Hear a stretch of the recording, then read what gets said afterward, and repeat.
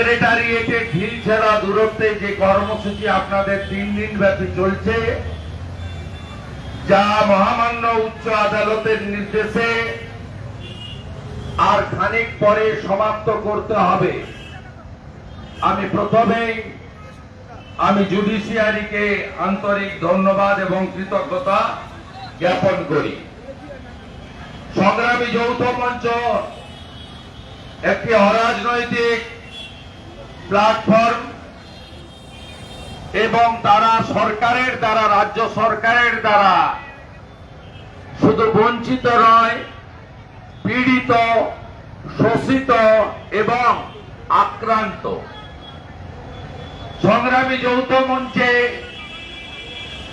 তাদের যতগুলি কর্মসূচিকে এই রাজ্যের বিরোধী দলনেতা হিসেবে আমাকে ডেকেছেন, আমি প্রত্যেকটা কর্মসূচিতে উপস্থিত থাকার চেষ্টা করেছি, রাজনৈতিক উদ্দেশ্যের বাইরে এবং ভোটের যে পাটিগণিতের অঙ্ক রয়েছে তার বাইরে দাঁড়িয়ে, এবং আমি কোন মঞ্চে দাঁড়িয়ে আমি যে মতাদর্শে বিশ্বাস করি, যে প্রতীকে আমি বিধায়ক নির্বাচিত হয়েছি, যে রাজনৈতিক দল আমাকে বিরোধী দলনেতার দায়িত্ব দিয়েছে, আমি সেই ব্যাপারে কখনোই আপনাদেরকে আমার মতাদর্শ জোর করে চাপিয়ে দিতে চাইনি। আমি মনে করেছি এই রাজ্যের বিরোধী দলনেতার ভূমিকা এটাই হওয়া উচিত, যারাই সরকারের দ্বারা আক্রান্ত, পীড়িত, শোষিত হবে, তিনি যে দলের হোক, যে ধর্মের হোক, যে বর্ণের হোক, তার ব্যক্তিগত পরিচিতি যাই হোক, তার পাশে রাজ্যের বিরোধী দলনেতাকে দাঁড়ানো উচিত। সেই কর্তব্য আমি পালন করে চলেছি। আপনাদের আমি হ্যাটস অফ জানাই। প্রায় 700 দিন হতে চলেছে আপনাদের এই লড়াই এবং সংগ্রাম। এই লড়াই সংগ্রামে আপনারা যে একা উপকৃত হবেন তা নয়, উপকৃত হবেন সমগ্র কর্মচারী, শিক্ষক, শিক্ষাকর্মী এবং সাথে সাথে এই বাংলার কর্মপ্রার্থী, শিক্ষিত, বেকার যুবক যুবতী এবং অবসরপ্রাপ্ত সর্বস্তরের কর্মচারী, শিক্ষক, শিক্ষাকর্মীগণ। এই লড়াই আপনাদের যারা এতদিন পর্যন্ত এগিয়ে এনেছেন, কারণ আমরা স্বামী বিবেকানন্দের শিষ্য। স্বামীজি সবসময় বলে গেছেন, আমি বলে কিছু হয় না, আমিত্ব যার মধ্যে ঢুকবে তার ধ্বংস অনিবার্য। আমরা একটা টিম, আমি, ভাস্কর ঘোষ মহোদয়, অনিরুদ্ধ ভট্টাচার্য মহোদয়, সুদীপ চন্দ্র মহোদয়, সন্দীপ ঘোষ মহোদয়, চন্দন চ্যাটার্জি, চন্দন গোড়াই, অভিজিৎ রায় সহ এই সংগ্রামী যৌথ মঞ্চের প্রত্যেকটি নেতৃত্বকে হ্যাটস অফ জানাই, স্যালুট জানাই, শ্রদ্ধা জানাই, কৃতজ্ঞতা জানাই, অন্তর থেকে তাদেরকে বন্দন করি। আপনাদের দাবি অত্যন্ত লেজিটিমেট একটি ডিমান্ড। আপনাদের দাবি সমূহ এই রাজ্যের সময়ের ডাক। এই দাবি আমি মনে করি ইতিমধ্যে মুখে প্রকাশ না ঘটালেও এই রাজ্যের অত্যাচারিণী মুখ্যমন্ত্রী তিনি আজকে যে কয়েক দফায় ভিক্ষার মতো করে ছুড়ে দেওয়া 3%, 2%, 4% ইত্যাদি যে ঘোষণা করেছেন, আপনারা পাচ্ছেন, সেটাও কিন্তু সংগ্রামী যৌথ মঞ্চের এই আপোষহীন লড়াইয়ের ফল। কারণ এই যে মুখ্যমন্ত্রী অত্যাচারিণী পরিবারবাদ, ভ্রষ্টাচার যার একমাত্র এজেন্ডা, মুখ্যমন্ত্রী বারে বারে বলেছেন 2015 সালে যখন পে স্কেল রিভিশনের জন্য কমিটি তৈরি হয় মাননীয় অভিরূপ সরকারের নেতৃত্বে, যে কমিটিকে ইচ্ছা করে বছরের পর বছর ডিলে করানো হয়েছে রিপোর্ট দিতে। আমি একটা সময় বর্তমান শাসক দলের কর্মচারী সংগঠন কিছুদিনের দেখার জন্য সৌভাগ্য হয়েছিল। আমি সেই সময়কালে মাননীয় মুখ্যমন্ত্রীকে বলেছিলাম যে আপনি 15 সালে পে স্কেল কেন আপনি কার্যকর করছেন না, কেন এরিয়ার দিচ্ছেন না, কেন কর্মচারীদের সঙ্গে এই ধরনের বৈমাতৃসুলভ আচরণ করছেন। উনি বলেছিলেন যে আমাকে ডক্টর অমিত মিত্র তদানীন্তন অর্থমন্ত্রী বলেছেন পে কমিশনের রিপোর্ট রেডি হয়নি, প্রস্তুত হয়নি। আমি বলেছিলাম আপনাকে মিথ্যে কথা বলা হয়েছে, আপনি ডাকুন অভিরূপ সরকার মহোদয়কে। ডাকেছিলেন ইনি, অভিরূপ বাবু বলেছিলেন আমার সামনে আমাকে অর্থ দপ্তর বলেছে রিপোর্ট জমা দিতে না, কারণ অর্থ দপ্তরে টাকা নেই, 10,000 কোটি টাকা ইয়ারলি ইনভলভমেন্ট বাড়বে। সেই রিপোর্ট 19 সালে যখন লোকসভা নির্বাচনে তৃণমূলের ভরাডুবি হল, 18টা আসনে বিজেপি এবং 2টো আসনে কংগ্রেস জিতল, তারপরে মমতা বন্দ্যোপাধ্যায় ভয় পেলেন, তিনি এই রিপোর্ট আংশিকভাবে কার্যকর করলেন। 2020 সালের জানুয়ারি মাসে নতুন পে স্কেল রিভিশন হলো, কিন্তু আপনারা এরিয়ার পেলেন না। পেনশনারদের যে দাবি ছিল সেই দাবি পূরণ হলো না। ক্যাজুয়াল কন্ট্রাকচুয়াল সমকাজে সমবেতন তাদের দাবি ইগনোর করা হলো। অসম্পূর্ণ কিছুটা কার্যকর হলো, তাও 19-এর লোকসভা নির্বাচনে তৃণমূল কংগ্রেসের ভরাডুবি হওয়ার কারণে বাধ্য হয়ে তিনি ওইটুকু করলেন। তারপরে একাধিকবার বিধানসভার ফ্লোরে, সাংবাদিক সম্মেলনে, নবান্ন থেকে, রাস্তার মিটিং থেকে বারে বারে এই মুখ্যমন্ত্রী বলেছেন যে ডিএ টিএ কিছু হয় না, ডিএ বলে কিছু বিষয় নেই, আমি নতুন পে স্কেল দিয়েছি, তাতে ডিএ কে মার্চ করে দিয়েছি, ডিএ আমি স্বীকার করি না, ডিএ আমি দেব না। তারপরে 3%, 4% করে এই যে 10-12% আপনাদেরকে দিতে বাধ্য হয়েছে, তার ক্রেডিট কার্ড, তার ক্রেডিট সংগ্রামী যৌথ মঞ্চের। তাই হাল ছাড়বেন না বন্ধু, লড়াই চালিয়ে যান। এতগুলো শীত চলে গেছে, এতগুলো বর্ষা চলে গেছে, এতগুলো দাবদাহ কাটিয়ে ফেললেন, কতবার তুলে দিল, আবার বসলেন, কত মশার কামড় খেলেন। এমনকি আপনারা স্বার্থপর নন, আপনারা আরজি করের ওই বোনের জন্য গত 27 আগস্ট আপনারা অনেক সংগঠন কর্মসূচি ডেকেছিল, আপনারা সেদিন আপনারাও আলাদা করে আমাদের হাওড়া রেল স্টেশনে জমায়েত করে আপনারা ফর্শ রোড ধরে নবান্ন অভিযান করেছেন। হাজারে হাজারে সংগ্রামী যৌথ মঞ্চের সদস্যা শুভানুধ্যায়ীরা সেদিন নবান্ন অভিযান করেছে, মার খেয়েছেন, অত্যাচার হয়েছে। এই ভাই বসে আছে নিচে, এই ভাইকে জেলে পোড়া হয়েছে।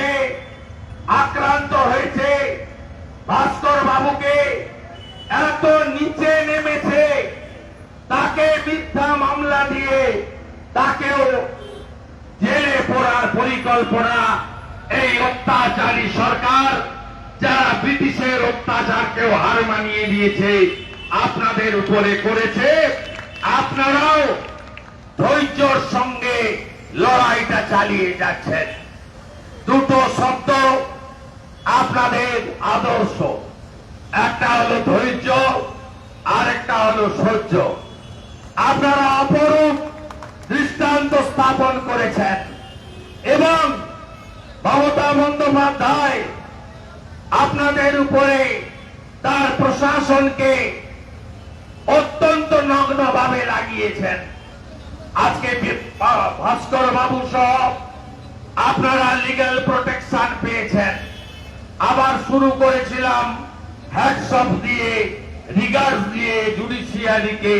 আবার বলি, জুডিশিয়ারি ছিল বলে সুবীর সার দমন পীড়নমূলক ট্রান্সফারও স্থগিত করে দিয়েছে মহামান্য আদালত। এই লড়াই আপনারা চালিয়ে যান। রাজ্যের 2,33,27,000 মানুষের প্রতিনিধি রাজ্য বিধানসভার বিরোধী দলনেতা আপনাদের সঙ্গে গতকাল ছিল, আজ আছে, আগামীকালও থাকবে। কিছুদিন আগে বিধানসভার উইন্টার সেশনে আমি যখন গ্রুপ ডি পেন্ডিং প্যানেল নিয়ে আওয়াজ তুলেছিলাম, সেদিন আমি আবারও বলেছিলাম স্যাট, যেটা স্টেট অ্যাডমিনিস্ট্রেটিভ ট্রাইব্যুনাল, সেই স্যাটকে অসম্পূর্ণ রেখেছেন রাজ্যের মুখ্যমন্ত্রী। কারণটা একটাই, আপনাদের লড়াইয়ের ফলে স্যাটে আপনারা জিতেছিলেন, দিয়ে আপনাদের ন্যায্য অধিকার স্যাট বলেছি। ডিভিশন বেঞ্চ, সিঙ্গেল বেঞ্চ, উচ্চ আদালত কলকাতাতেও আপনারা জয়যুক্ত হয়েছেন। আর সুপ্রিম কোর্টে আপনারা প্যাঁচের মধ্যে আটকে আছেন। আমি বলি, অন্ধকার যত গাঢ় হবে সূর্য তত তাড়াতাড়ি উঠবে। কবিগুরু বলে গেছেন, অন্ধকারের পিছনেই আলো লুকিয়ে থাকে। আজকে সুপ্রিম কোর্টেও মহামান্য বর্তমান প্রধান বিচারপতির নেতৃত্বে যাতে আইনি প্রক্রিয়া সরল হয়, মামলা দ্রুত ওঠে, আপনারা সহ গোটা ভারতবর্ষের লোক বিচার পায়, তার জন্য ব্যবস্থা আপনারা দেখছেন। আমরা আশাবাদী। সম্প্রতি কর্ণাটক হাইকোর্ট একটা অর্ডার দিয়েছে গ্র্যাচুইটি নিয়ে, প্রভিডেন্ট ফান্ড নিয়ে, ডিএ নিয়ে। আমার বিশ্বাস এই মামলায় কোটি কোটি টাকা খরচ করে এই রাজ্য সরকার ডেটের পর ডেট ফেলতে পারে। আলটিমেটলি আপনাদের অধিকার, লফুল অধিকার কেড়ে নিতে তারা পারবে না। জয় আপনাদের দোরগোড়ায়। শুধু ঐক্যবদ্ধ থেকে আপনারা এই লড়াই চালিয়ে যাবেন, এই আশা করব। অসম্পূর্ণ স্যাটকে সম্পূর্ণ করার দাবি, যেখানে কর্মচারীরা প্রোটেকশন পাচ্ছেন না, তার জন্য বিরোধী দলনেতা হিসেবে I raise my voice on the floor of the assembly. আবারও তুলব, এই লড়াই চলছে, চলবে। অন্যদিকে দুটো প্রসঙ্গ আমি ছুঁয়ে যেতে চাই। আমাদের রাজ্যের আর্থিক অবস্থা কেমন কেমন করে গেলেন। উনি তো পুজোতে চাঁদা দিচ্ছেন, কত চাই? 80,000, এর পরের বছর 1 লক্ষ চাঁদা তিনি দিতেই আছেন। তার চাঁদার কোন সীমা পরিসীমা নেই। ইমাম মুয়াজ্জিম ভাতা দিয়েছেন, পুরোহিতদের বলছেন তোমাদেরও ভাতা দেব। চিন্তার কোনো কারণ নেই। বিধানসভা ভোটের পরে 500 টাকা লক্ষ্মীর ভান্ডার ছিল, লোকসভা ভোটের আগে 1000 টাকা লক্ষ্মীর ভান্ডার হয়েছে। আবার যদি দেখা যায় বিধানসভা ভোট টাইট হচ্ছে, আইপ্যাকের লোকজন খবর দেয়, তখন আবার হয়তো 500 বাড়বে। কিন্তু তিনি কি দেবেন না, তিনি দুটো কাজ করবেন না। একটা হচ্ছে কেন্দ্রীয় হারে দিয়ে তিনি দেবেন না, আরেকটা কি করবেন না, চাকরি তিনি করবেন না। তিনি সবাইকে ঢুকতে দেবেন, কাশ্মীরের জঙ্গিকে ঢুকতে দেবেন ক্যানিংয়ে, বাংলাদেশের জঙ্গিকে ঢুকতে দেবেন মুর্শিদাবাদে, কিন্তু তিনি ঢুকতে দেবেন না কাকে, শিল্পকে ঢুকতে দেবেন না পশ্চিম বাংলায়। এই হচ্ছে আমাদের মাননীয়ার কর্মসূচি এবং নীতি এবং আদর্শ। এই রাজ্যের আর্থিক অবস্থা কেমন আমি শুধু 24-25-এর তাই একটু বলবো। এবছর যে অর্থবর্ষ শেষ হতে এখনো 3 মাস বাকি, কত টাকা ঋণ নিয়েছে এখনো অব্দি এই অর্থবর্ষে 91,689 কোটি টাকা ঋণ নিয়েছেন মমতা বন্দ্যোপাধ্যায় সরকার। তার মধ্যে 79,727 কোটি টাকা মার্কেট বরোয়িং, 9,330 কোটি টাকা কেন্দ্রীয় সরকারের এনওসি নিয়ে রিজার্ভ ব্যাংক থেকে নিয়েছেন, আর আদার্স সোর্স থেকে ঋণ করেছেন 2,632 কোটি টাকা। 31 মার্চ 2024-এ ঋণের পরিমাণ গিয়ে দাঁড়িয়েছে 6,50,00,000 টাকা, 6,36.5 লক্ষ কোটি টাকা 2024-এর 31 মার্চ ঋণের পরিমাণ হয়েছে। এবং এই ঋণ পরিমাণ আমাদের মাথা পিছু পশ্চিমবঙ্গে ধার কত, একদিকে 1,000 টাকা করে লক্ষ্মীর ভান্ডার, বছরে 12,000 টাকা, অন্যদিকে 59,000 টাকা করে মাথা পিছু ঋণ করে দিয়ে গেছেন এই মুখ্যমন্ত্রী। কথায় কথায় আগের সরকার বলে, 15 বছর রাজত্ব করতে যাচ্ছে, এখনো আগের সরকার বলে। আপনারা দেখুন, আগের সরকারের ঋণ ছিল 1,97,000 কোটি টাকা, মাথা পিছু ঋণ ছিল 20,300 টাকা, আর এই মাননীয়া 12,000 টাকা বছরে লক্ষ্মীর ভান্ডার দিয়ে 80,000 না 85,000 ক্লাবকে চাঁদা দিয়ে মদ খাও আর নাচন কুদন করো, আর মাথা পিছু ঋণ 59,000 টাকা করে চাপিয়ে দিয়ে এই রাজ্যকে সর্বনাশ করে দিয়ে চলে গেলেন। এই মুখ্যমন্ত্রী ঋণ নিচ্ছেন আর রাজ্যে ভাতা এই রাজ্যটাকে ডোবাচ্ছেন।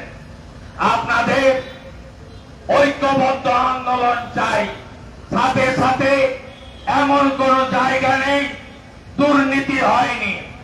100 দিন বলুন, আবাস যোজনা বলুন, মিড ডে মিল বলুন, সমগ্র শিক্ষা মিশন বলুন, অ্যানিমেল হাজবেন্ডারিতে ওই ছাগল মুরগি হাঁসের ছানাতেও চুরি করেছে এই সরকার। Ration scam, education scam, recruitment scam, public service কমিশনের স্ক্যাম। অনেকে বলছেন 2 বছর জেল কাটার পরে মানিক তো বাইরে। হ্যাঁ, 7 বছরের জেল হবে। করাপশনের ইস্যুতে 2 বছর জেল কেটার পরে বাইরে তো বেরোবে। পানিশমেন্ট হয়নি এখনো, পানিশমেন্ট হবে। দে অল আর চার্জশিটে আপনারা কি জানেন? পার্থ চ্যাটার্জি, জ্যোতিপ্রিয় মল্লিক, মানিক ভট্টাচার্য, এদের সব প্রপার্টি অ্যাটাচমেন্ট হয়েছে। আপনারা কি জানেন? মাননীয় ভাইপোর আড়ালের দুলাল, মাননীয় পিসির আড়ালের দুলাল ভাইপো, তার সব প্রপার্টি লিফট অ্যান্ড বাউন্সের অ্যাটাচমেন্ট শুরু হয়েছে। আমতলার প্রপার্টি, কালীঘাটের প্রপার্টি, হরিশ মুখার্জি স্ট্রিটের প্রপার্টি, হরিশ চ্যাটার্জি স্ট্রিটের প্রপার্টি। আপনারা কি জানেন এদের সব অ্যাকাউন্ট ফ্রিজ হয়ে আছে? তাই এই দুর্নীতিগ্রস্তদের বিরুদ্ধে, এই আপাতমস্তক চোরেদের বিরুদ্ধে আমাদের আপনাদের বাংলার জনগণের লড়াই চলছে চলবে। আপনাদের সরকারি কর্মচারী, শিক্ষক, পুলিশ কর্মচারী গত লোকসভাতে ভোট দিতে দেয়নি। ভাই, পুলিশের লোকেরা আপনাদের ওয়েলফেয়ার বলে একটা সংস্থা তৈরি করেছে, আপনাদের নন গেজেটেড এবং অ্যাসোসিয়েশন তুলে দিয়েছে এই মুখ্যমন্ত্রী। আপনারা যে সমস্ত টেন্ডার ভোটের জন্য, ইডি ভোটের জন্য পোস্টাল ভোলে আবেদন করেছিলেন, আপনারা পাননি ব্যালট। অধিকাংশ জায়গায় ব্যালট দেওয়া হয়নি। হাজার হাজার অ্যাপ্লিকেশন পুলিশ ভাইদের ফেলে রেখেছে। তার কারণ তারা জানে যে স্থায়ী পুলিশ কর্মী বলুন, সরকারি কর্মচারী বলুন, শিক্ষক শিক্ষিকা শিক্ষাকর্মী বলুন, এরা আর যাকে পারে ভোট দিক, এরা মমতা ব্যানার্জিকে ভোট দিতে পারে না, পারে না, পারে না। কারণ আমি বারে বারে দেখেছি কোন দলকে ভোট দেবেন আপনাদের বিষয়, যে আপনারা একটা জায়গায় এক, no vote to Mamata, no vote to Mamata. এই জায়গায় আপনারা এক, আপনারা পীড়িত, আপনারা লাঞ্ছিত। স্থায়ী একটাও রিক্রুটমেন্ট হয়নি, রিক্রুটমেন্ট হবেও না। কেন হবে না শুনে রাখুন। ৭৭টা কমিউনিটিকে মমতা ব্যানার্জি ভোটের জন্য ওবিসি করে দিয়ে গেছেন। হাইকোর্টের ডিভিশন বেঞ্চ, তপব্রত ব্যানার্জির বেঞ্চ, তিনি বাতিল করে দিয়েছেন। এই ওবিসি তালিকা সুপ্রিম কোর্টে পড়ে আছে, সুপ্রিম কোর্ট স্টে লাগায়নি। এই জটিলতা যতক্ষণ না মেটাবে, একটা রিক্রুটমেন্ট হবে না। এমনিতেও তো লাস্ট পিএসসি 15 সালে, লাস্ট এসএসসি 17 সালে সব জায়গায় নিয়োগ বন্ধ, নিয়োগ নাই, নিয়োগ নাই। আর 100% রোস্টারও নেই। Casual, contractually, SC, ST, OBC, physically handicap, ex serviceman, x enumerator, কোথাও রিজার্ভেশন নেই। সব কন্ট্রাকচুয়াল, ক্যাজুয়ালি। চাকরি দিতে পারবে না, একটাও চাকরি দিতে পারবে না। লিখে রাখুন, আমি 3 বারের এমএলএ, 2 বারের এমপি, 3 বারের কাউন্সিলর, ভোটে জিতি মমতা ব্যানার্জিকে হারিয়েছি। আবার দরকার হলে হারাবো, প্রয়োজন হলে আবার হারাবো।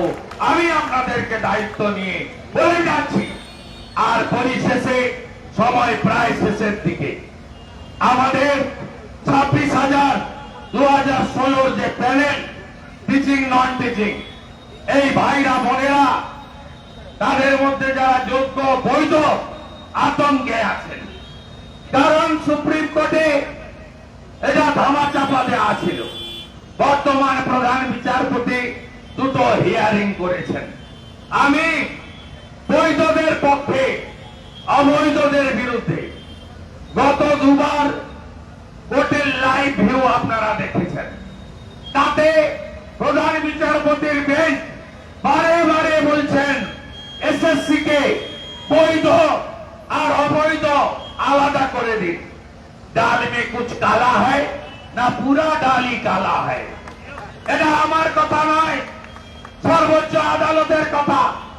এরা 6,000 চোরকে বাঁচানোর জন্য যারা ফাঁকা খাতা দিয়ে, ঘুষ দিয়ে, পাঠ্যকে টাকা দিয়ে, তৃণমূলের নেতারা আত্মীয় স্বজন এবং ঘুষ দিয়ে চাকরি পেয়েছে, এদের বাঁচানোর জন্য মরিয়া চেষ্টা করছে। আমি ইতিমধ্যে 2000 যারা বৈধভাবে চাকরি পেয়েছেন একটা গ্রুপ আমার সঙ্গে যোগাযোগ করেছে। আমি বলেছি কৌস্তবরা, তরুণ জ্যোতিরা আছে, আপনারা পারলে আরো অনেকে আছে, বিকাশ দ্বারাও আছে, সব্যসাচী ভাইরা আছে, আপনারা চলে যান। সংগ্রামী যৌথ মঞ্চ যেমন লড়াই করে এনেছে এই মন্দির তলায় নবান্ন ঢিল ছড়া দূরত্বে 3 দিনের ধর্ণা, কেউ দেয়নি, আদায় করে এনেছেন। একইভাবে এসএসসি অফিসের সামনে আপনারা বসুন, 2 তারিখ থেকেই বসুন, 1 তারিখ থেকেই বসুন। হাইকোর্ট বন্ধ থাকলেও ভ্যাকেশনের বেঞ্চে যান, আমরা পৌঁছে যাব। একটাও রাজনৈতিক কথা বলবো না, পতাকা নিয়ে যাব না। আমরা বৈধদের জন্য লড়াই করব। মমতা ব্যানার্জি বৈধদেরকে শেষ করার জন্য, অবৈধদের বাঁচানোর জন্য এসএসসি কে দিয়ে সেগ্রিগেট করছে না। এত বড় অন্যায় আমরা মেনে নেব না।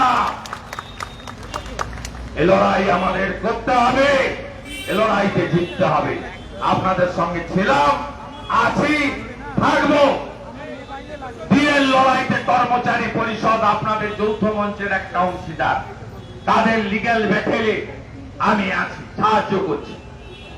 আমাকে ভাস্কর বাবু বলেছিলেন আমরাও পার্টি হব, আমি আর নাম বলছি না। ভারত বিখ্যাত বড় লয়ারদেরকে দেব, আপনি একটু পাশে থাকবেন, অর্থ লাগবে না, শুধু পাশে থাকবেন, যোগাযোগটা করিয়ে দেবেন। আমি আজও বলে যাচ্ছি, সংগ্রামী যৌথ মঞ্চ সুপ্রিম কোর্টে দিয়ে লড়াইতে পার্টি হোক, আমরা আছি, সবাই মিলে লড়বো, আমরা জিতবো, আমরা জিতবো। উই শ্যাল ওভারকাম, আমরা জিতবো। আমরা চলি সমুখ পানে, কে আমাদের রুখবে? রইবে যারা পিছুর তারে, কাঁদবে তারা, কাঁদবে মমতা, কাঁদবে কর্মচারী, শিক্ষক, পুলিশ কর্মী হাসবে। ভালো থাকবে। অসংখ্য ধন্যবাদ আমাদের বিরোধী দলনেতা মাননীয় শুভেন্দু অধিকারী মহাশয়কে। আমরা বারে বারে ওনাকে আমাদের কাছে পেয়েছি, পাশে পেয়েছি। উনি আশ্বস্ত করেছেন আগামী দিনে উনি পাশে থাকবেন। ওনাকে সংগঠনের